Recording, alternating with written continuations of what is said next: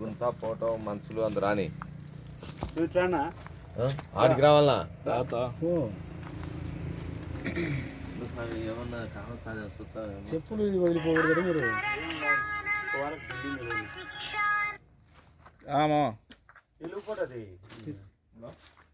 ఇట్రా రెడ్డి నువ్వు అసలు